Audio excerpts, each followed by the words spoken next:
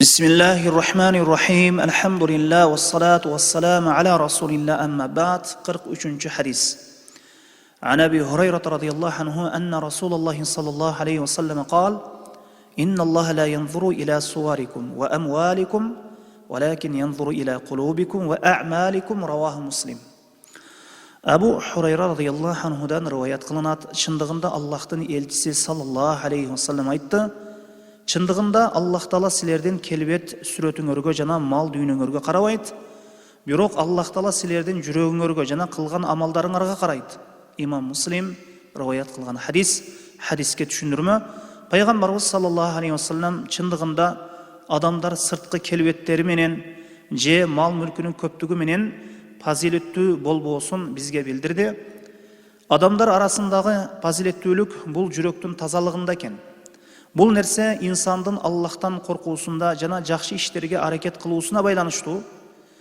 Аллах Таала пенделердин дене мүчөлөрүнө, келбеттерине карабайт. Ошол пенде чоң болсун, кичине болсун, ден соолуктуу болсун, оорукчан болсун, сулуу болсун, куник болсун, алардын сырткы сүрөттөрүнө карабайт. Жана мал мүлктүн аз көптүгүнө да карабайт, бирок алардын жүрөгүнө карайт. Жүрөктөгү таквалуулукка жана ыхластуулукка карайт. Жана амалдарга, ошол амалдардын жаман жакшылыгына карайт. Пенде менен Аллахтын ортосун байланыштырган нерсе бул таквалуулук. Ким амалында жана жүрөгүндө Аллахка таква болсо, ал Аллахка эң жакын пенде болуп саналат. Аллахтын алдында эң урматтуу пенде бул таквалуу пенде. Ошондуктан эч ким сулуулугу менен, денеси менен, балдары менен же касыр сарайлары менен сыймыктанбасын. Дүйнөдө эч бир нерсенин Аллахтын алдында кадыры жок. Бирок пенде таква болсо гана ал пенде кадырлуу болот. Ким таква болсо, бул ага Аллахтын фазилети, болбосо ал өзүн жемелесин. Хадистен алына турган пайдалар: биринчи пайда, Аллах Таала силердин сүрөтүңөргө жана келбетиңерге карабайт дегени, бул Аллах силердин сырткы көрүнүшүңөргө карап туруп силерге ажыр сыйлык бербейт дегени. Сулуу болсо бейиш, көрүмсүз куник болсо тозок деген нерсе жок. Хадистен алына турган экинчи пайда, мал мүлкүңөргө карабайт деген, ошол мал дүйнө Аллахтын жолунда сарпталбаса жана зекети берилбесе, мына ушундай мал дүйнөгө Аллах Таала карабайт, назар салбайт. Эгер мал мүлк Аллах жолунда сарпталса, зекет өлчөмүнө жетип, зекети берилсе, андай мал мүлк ээси Аллах Таала тарабынан ажыр сыйлыктарга ээ болот.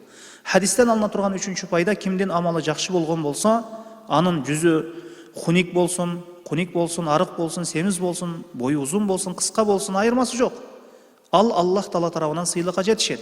Эми инсандын сүрөтү келишкен болсо, келбети чымырлуу болсун, бирок Аллах жаман көргөн иштерди жасап жүргөн болсо, кылып жүргөн болсо, ошол пендеге Аллахтын ачуусу келет. Хадистен алына турган төртүнчү пайда, бул хадистен билебиз, жүрөк ушунчалык даражада маанилүү экенин билсек болот. Аллах Таала жүрөккө карап жатат. Жүрөктү Аллах жакшы көргөн сыпаттары менен толтуруу керек экен, жана жаман сыпаттары менен толтуруп албоо керек. Хадистен алына турган 5-нчи пайда, Нуман ибн Баширден риваят кылынган хадисте айтылат, пайгамбарыбыз саллаллаху алейхи ва саллям айтат: "Ала ва инна фил жасади мудга, иза салахат салахал жасаду куллу, ва иза фасадат фасадал жасаду куллу, ала ва хиял қалб." Денеде бир үзүм эт бар. Эгер ошол бир үзүм эт жакшы боло турган болсо, салих боло турган болсо, дененин бардык жери жакшы болот. Эгер ошол бир үзүм эт бузула турган болсо, бүт дене бузулат. Ал жүрөк эмеспи деп айтты.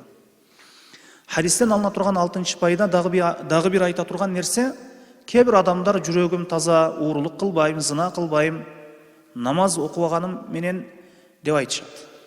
Уурулук кылбайм, уурулукка барбайм, зына кылбайм, жана намаз окубаганым менен жүрөгүм таза деп айтышат. Бул туура эмес.